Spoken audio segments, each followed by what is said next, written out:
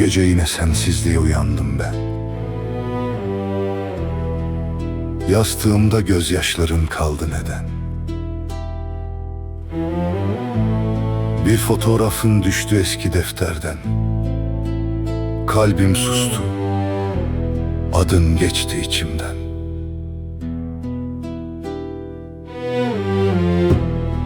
Sokaklar sen kokuyor hala burada.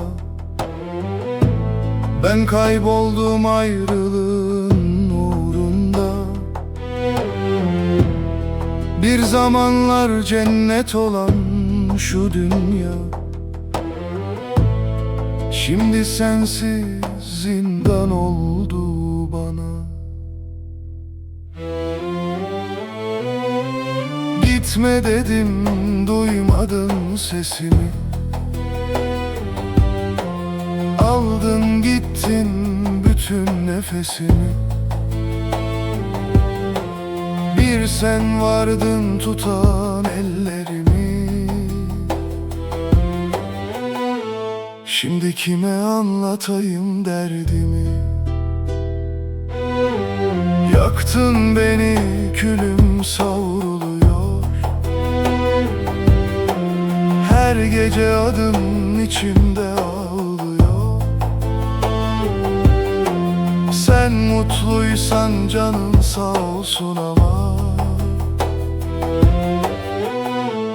bu yürek sensiz yaşamayı bilmiyor.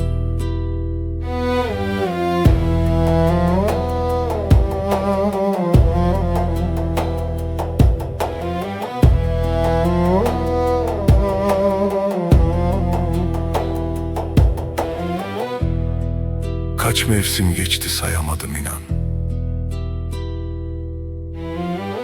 Takvimler durdu gittiğin o andan. Gülüşün kaldı duvarlarda yankı. Ben kaldım yarım, sen gittin ansızın. Ne bir haber, ne bir selam bıraktın. Sevdamı bir yabancı gibi attın. Ben seni ömrüm bilmiştim bir zaman. Sen beni bir hatıra diye unuttun.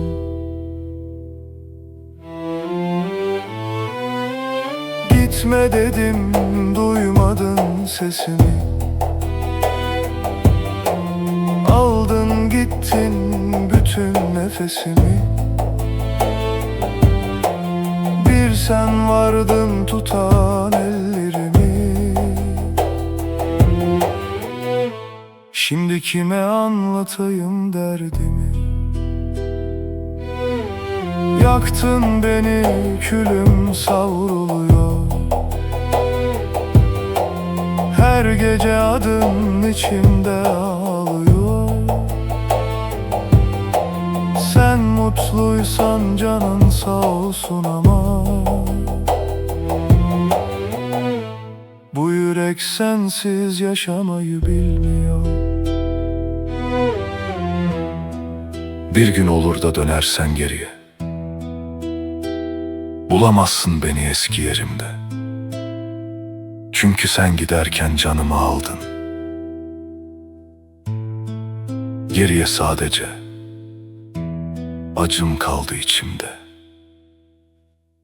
Yalnızca acım kaldı içimde.